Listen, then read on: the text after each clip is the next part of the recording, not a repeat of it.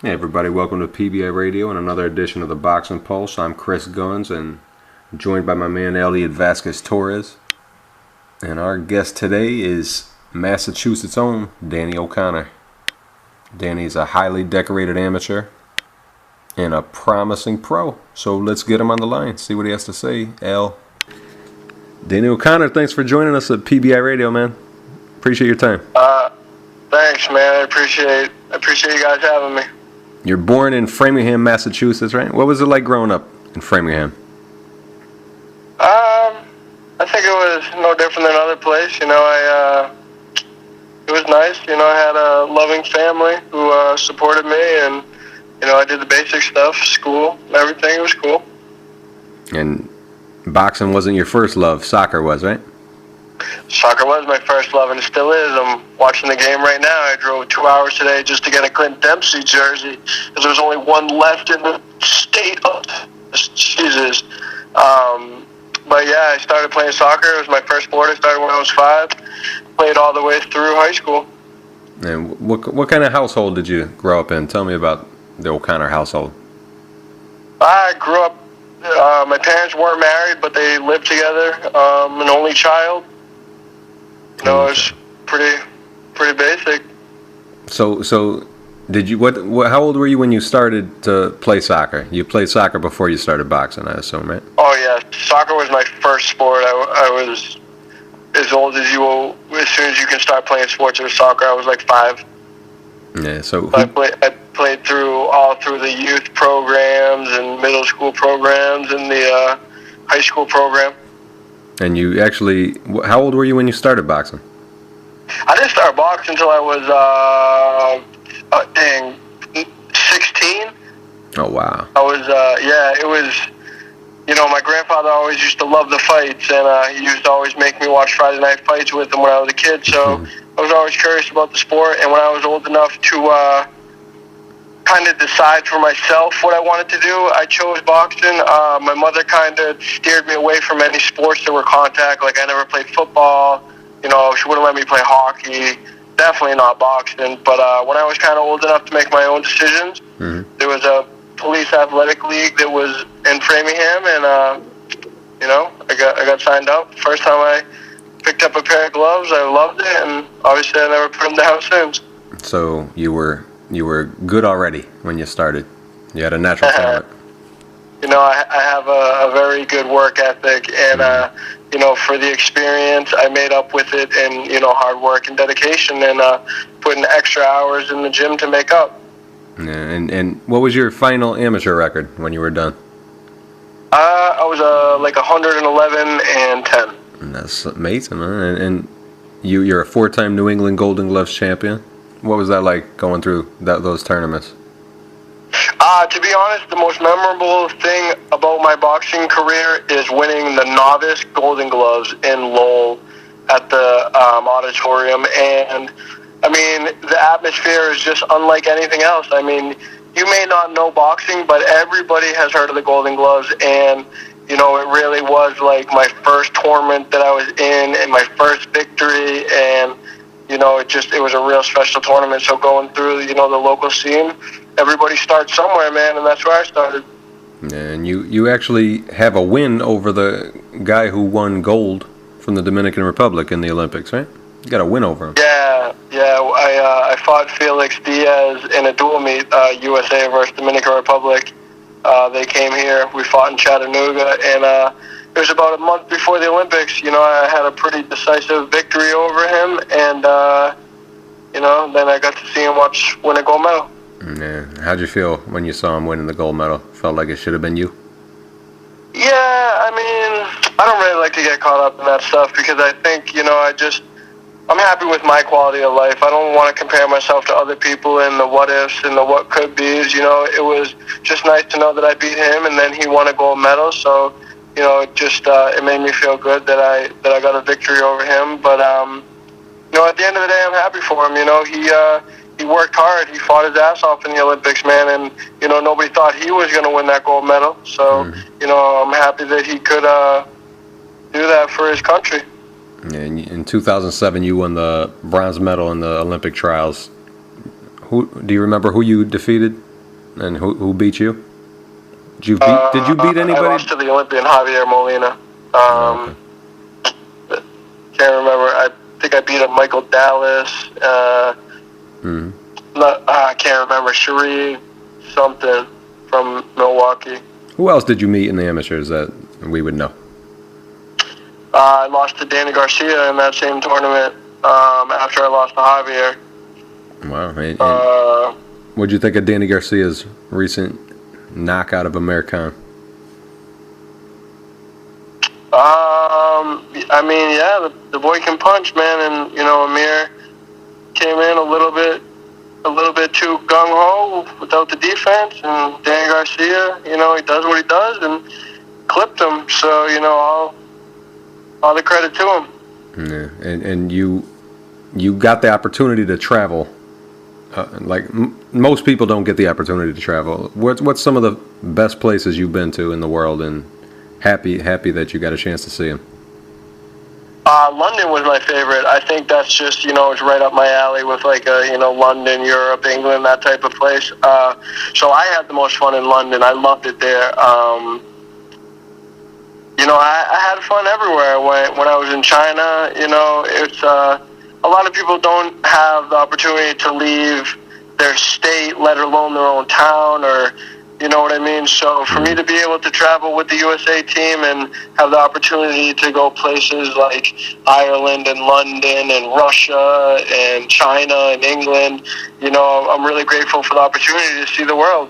Yeah, and when you got back from Beijing, you decided to turn pro.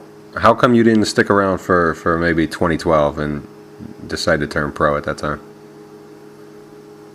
I don't know. I thought I had, got my share of experience in the amateurs, and 4 years is a long time. You never know what can happen between that time. So, I thought it was just my time to take my career to the next level. So, I had decided to turn professional.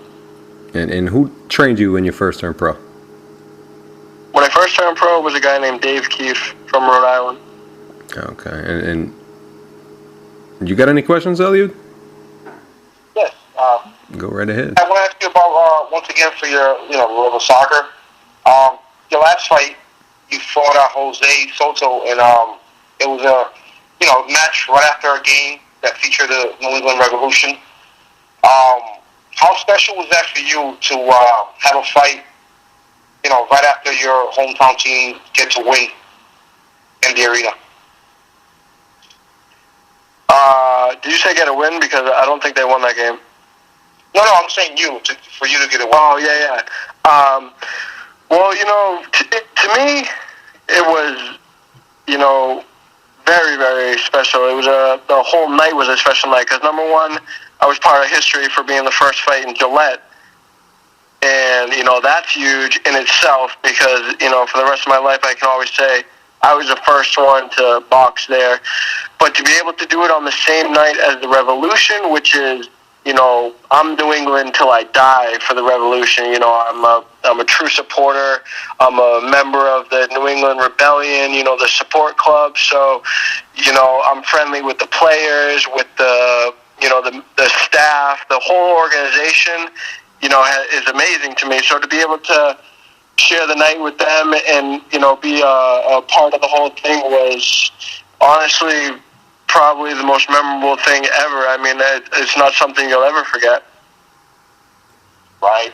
And I saw you came out with Mickey Ward, and before the fight, you were hitting the pass with Mickey. What is your relationship with Mickey Ward? Well, before the fight, I was hitting the mitts with Ronnie Shields, not Mickey. But, Mickey, that's all right. I hit the pads with Mickey the day before, or no, it was a week before at the press conference. Yeah, I saw a video on your site. That's all I'm hearing. Okay, I thought I was the day of the fight. Okay. No, that was it was a week before, and it was for the media and that stuff. Mickey's a great guy, man. He's a friend. I've known him for a while. Especially in New England, the amateur circuit, it's not that big, so everybody knows everyone, and he's just a really good guy and a friend, and he comes to all the fights. He walks me out. Him, Sean Thornton from the Bruins walked me out. Julian Edelman from the Patriots. You know, the thing about Boston and New England is, you know, it's a sports city, and it doesn't matter what sport you play. You know, a lot of the athletes stick together and support each other, and that's what's so good about it. You're going to be a franchise of your own. That's what you're going for. Yeah. So tell me about the first fight that you had, Danny. Do you remember? Debut? You remember who it was and what the result was? I don't remember who it was. My pro debut. I can't remember off the top of my head, but I got a knockout, second round knockout, I think. Yeah, man, it was awesome. It was in Manchester, New Hampshire, on a charity event, and were you already signed with Lou DiBella? Did you sign with Lou DiBella yet? And Leon Margulis from Warriors. Oh, okay. And I believe you saw Jose Garrido, Danny. Yeah, that sounds about right. Jose Garrido. And did you how'd you feel after that first one? Oh, I felt great. I mean, I was everything was new to me, and you know, I was just excited to begin my career and you know, look to the future and try to win some world championship belts. Yeah. Go on, Eliud. So yeah, I understand that you're managed by Ken Casey of the Dropkick Murphys. Now, for those who don't know the Dropkick Murphys, they're a punk band from Boston, and I'm a huge fan of them. I'm pretty sure you are too. How did that relationship came about and managing? Well, you know, I do a lot of work with the Clatter Fund charity, and that's the Dropkick Murphys charity. So, you know, through that, I had met Ken Casey, and I was actually a guest bartender at McGreevy's Pub in Boston, which is owned by Ken Casey. So, you know, before we became friends, we kind of knew each other's name. He took notice to me, and, you know, we struck up a friendship. You know, Ken, I tell you, man, there's not enough good words I can say about Ken. He's a godsend to me, and, you know, he's helped me and my family so much. And the relationship that we have now, you know, he's going to be a lifelong friend, you know, no matter what. Even if I don't box ever again, he's just, you know, he's such a great guy. Yeah. And also, you're the fighter, the boxer of the first. You also had the first fight at the Boston House of Blues, and that's right across from Fenway Park. What can you tell us about that? The House of Blues was a great venue. I mean, it's set up awesome for a fight, you know, obviously, because, you know, boxing and entertainment are so alike in so many ways.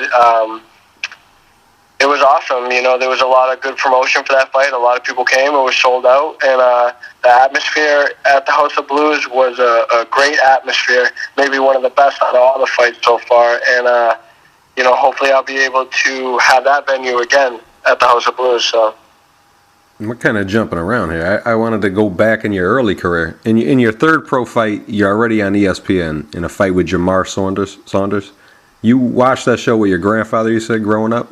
How did it feel to be on that show already in your third pro fight? I mean, anytime you can get some national TV is a good thing. So, you know, I mean, I don't remember exactly how I felt then, but, you know, I was obviously probably pretty excited about it, maybe a little bit nervous. Yeah, what was it like meeting Teddy Atlas and Bob Papa? It was cool, man. It's always nice to meet people in person that, you know, you only know by their brand or seeing them on TV. Yeah, you won your first 14 fights, and then you fought Gabriel Bracero. Tell me about that fight. What was that one like? Just wasn't my night, man. There really isn't much to it. Not one of those people that chases a loss. You know, I came to terms with it. I'm over it, and ever since that time, I've been looking only to the future for good things. Did you change anything in your training after that fight? Yeah, I went down to work with Coach Ronnie Shields. Yeah, that was after that fight, right after Full that fight? life. And when you met Ronnie Shields, how did you guys mesh? How did you know he was the guy for you? I just knew by the way, you know, by the way he trained people, by the way he was outside of the ring, just the type of person he was. I mean, Ronnie Shields is a great, great guy in and out of the ring. And, you know, it's just, he has so much experience and so much knowledge in the sport. And he's he's a teacher, man. He knows how to complete fighters. And you train at the building called Plex down in Houston with Ronnie. Tell me about Plex. What's that like? Plex is amazing.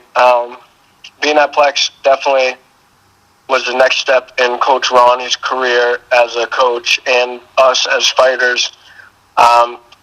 It's a professional facility, houses pro athletes. So there's other people there, football players, NFL, soccer players, everything, volleyball, the USA judo team, and it's owned by a guy named Danny Arnold, who, when it comes to strength and conditioning, is one of the most intelligent people that I've seen, and I've been around.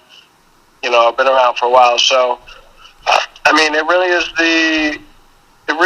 the ultimate facility to be housed at, because you have recovery rooms with ice baths and personal therapists, and you can get worked on. So literally, as soon as you're out of the ring, you can go get iced down if anything hurts. And strength and conditioning is done in the same building. So boxing training, there's a ring in the back with bags. So our training for strength and conditioning and for boxing is in the same facility.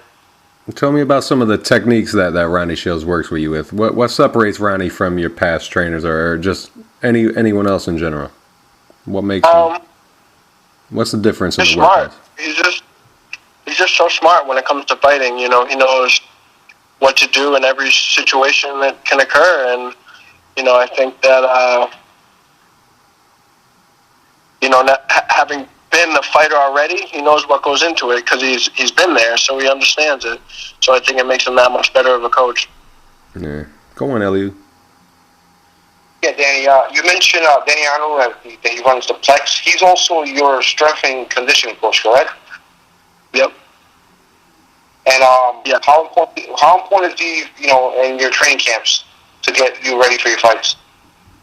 Well, I mean, I've only been at Plex for since the beginning of this month because of the whole move and everything is new. But I mean, strength and conditioning coach in general is important. I mean, you can't just expect to go to the boxing gym and be a complete fighter. There's a lot of work that goes into being at that elite level that's outside of boxing, whether it be running or whatever it have be, to get in shape and to stay in shape. And like any sport, everyone's trying to do the next best thing to get that edge over everyone else. So to have technology that can monitor your heart rate and stuff like that, I mean, it's a huge plus. It's a help. Right. And you also mentioned you fought Danny Garcia in the amateurs. Danny Garcia is now considered the number one at 140 pounds. In a couple of years, is that a fight that you considered as you move up in the ranking?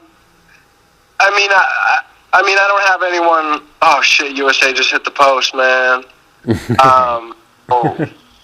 I don't have anyone like in my mind that I'm really set out to target right now. But the bottom line is, I want to win world championship belts, and I want to fight people at that elite level. So that's the ultimate goal. I mean, whoever it may be at that time, when it's my time to be at that level, then so be it. That's who it will be. And how important for you to bring back that championship to Massachusetts, Framingham in particular? Oh man, it's a lifelong dream to be. You think about how much history that comes from New England, like Marvin Hagler and Marciano, and back in the day when boxing was really at its its heyday, when they were gladiators. So it's like, since then it's kind of fell off a little bit, and it would be nice to start the charge and to bring some belts back. And it's good that I have people with Edwin by my side, because he has the same opportunities and he works just as hard as I do to accomplish that too. And how easy was the transition from Framingham to Houston with Edwin? Because you guys trained back in the New England area, and now you guys have the same trainer and work out in the same place. How was it easier for you to for the transition, or how was that? I mean, it's not a matter of being hard or easy, because it's not an option of doing it or not. I mean, you deal with stuff, you sacrifice. You know, the life that I live, I sacrifice every day, whether it be diet or going out or, you know, I haven't seen my kid in months because my wife and son live at home in Boston. So it's like when I'm fighting so frequently and I'm always in camp, I never get to see them. You know, I went home for a charity golf event this weekend for the Clatter Fund in the Cape. And, you know, I got to see my son for literally probably 2 hours.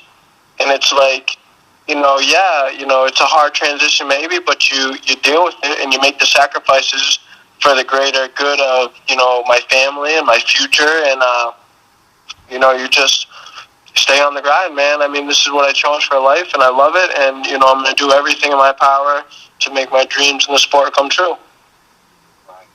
Chris? Yeah, I wanted to know, as you look at the 140-pound division, there's really no soft touches. Who do you think's the best champion in the division right now? Think it's Danny Garcia or Lucas Matisse? Did you see Lucas Matisse in his fight against a Jose? A Jose on Showtime? I didn't see it. I heard about it though. I don't know. I mean, they're all great fighters. That's why they're world champions. I mean, they don't just do the belts away. You got to win them. So it's like, I don't know who the best one is. I mean, Danny Garcia definitely opened some eyes, improved some people. But again, like, you know what I mean, I don't really try to compare myself to any other fighters. You know, I just want the opportunity to fight for a belt and win a belt, and, you know, I'll be happy. Yeah. What do you think of Danny Garcia's? Yeah, I know what you're going to get to. What do you think about Danny Garcia's father running his mouth for his son? He predicts a lot of, like, you know, a lot of fights against Amir Khan. Maybe he got into Amir Khan's head. Do you like the head games like that, or would you rather just, you know, keep it quiet and do the talking with your fists? I mean, I personally keep it quiet and just straight to business. You know, I'm always been like that. Even in the gym, I don't do much talking. I'm just in to do work and take care of business. But that's his family. I mean, he definitely, I think he angered some people during the whole thing with Amir Khan, but, you know, that's Danny Garcia's dad, so, you know, I don't know how Danny Garcia feels about it, but at the end of the day, family's family, so I don't really know. It doesn't really concern me that much. Yeah, do you have a fight that's next in concrete, or you just are training just to stay in shape right now? What's the future right now? I'm fighting on the 29th at Foxwoods. Oh, so you are fighting in the Foxwoods under Lando Levi and Edwin? Okay. Yep. I'm going to be there. I knew he was going to be there. And what do you know about your opponent?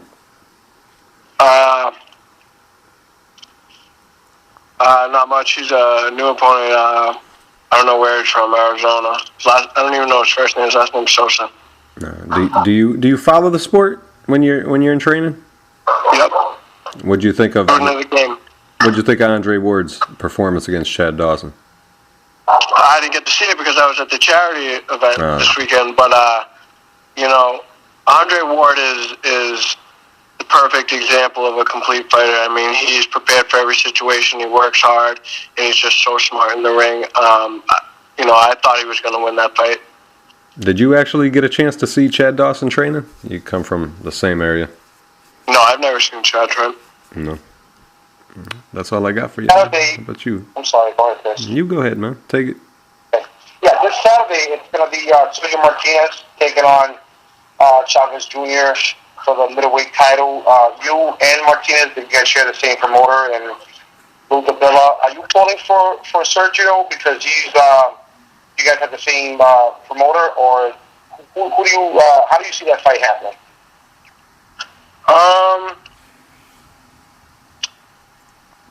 I mean, yeah, if Martinez won, that would be awesome because we're all with Lou DiBella, and, you know, that would be awesome. But I don't know. I like Chavez in the fight, too. Chavez has a chance, definitely. How about that? Canelo's fighting Josecito. Who you got there? I'm picking Canelo. I think he's just too strong. I mean, I don't want to sleep on him because, you know, he just did do amazing against Victor Ortiz and everything. But I just think that Canelo's too big, and he really is a really solid fighter. Yeah, he's coming up 2 weight classes. It's going to be a hard thing to do. Yeah. That's all I got. Elliot, you take the rest, man. Anything else you got to say?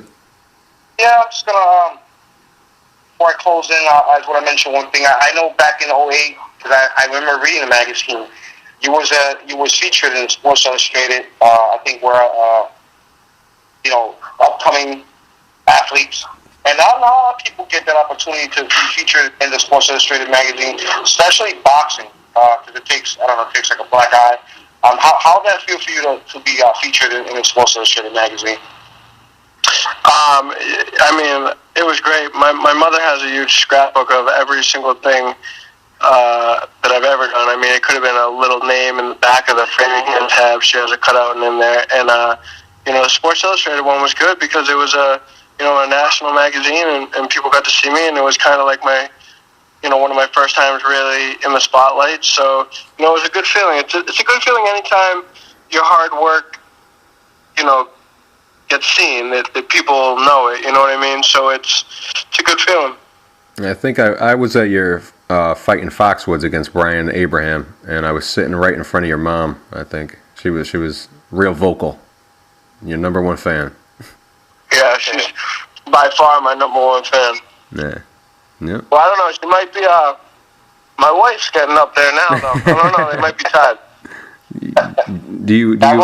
Do you always have them at your fights? Your family, your wife and your kids, and your wife, mother and kids. Sorry. My kid hasn't never been to one yet. He's still too small. He's only a year and a half. But yeah, for the most part, she wasn't at the fight that I lost to Bracero, but she's been to everyone since that, and my mother's been to every fight, every pro fight I've been to. Yeah. How'd your mother take your loss? I don't really know. I didn't get to see her. She was probably worried. Yeah. I think she's worried in general when I fight anyway, so after seeing me lose, she was probably a bit more worried. Because she knows how I am. I'm a perfectionist, so if anything doesn't go my way, I always take it tougher than, the normal person. Yeah. Well, do you have anything else, Elliot? I keep saying I have no more, and I keep buttoning. No, to the fans that want to know more about Danny O'Connor, how can they contact me? How can they contact me? You're on Twitter? Like Twitter, absolutely. Twitter, DOC_boxing. DOC_boxing. Follow Danny. Yeah, man. And I am, I'll tell you, man, I'm a social media monster. I'm on that thing, Twitter, all day long. Wow. That's great. So, I got a Facebook page, too. You can search me, Danny O'Connor. I'll follow you, and follow me back at Chris Two I Guns, definitely will. Chris Two Guns. What are you, Elliot? Get your name out there, Al. Oh, yeah, Vicious Vasquez, Danny. I'll definitely look you up. And like I said, for the fans following Danny's career, there you got it. He gave you his tweeters and his Facebook. So, support him in his boxing career. Follow his tweeters. All right, Danny. Yeah, Appreciate your time, man. Thank you, Danny. Thanks for having me, man. Anytime. Okay, thank you.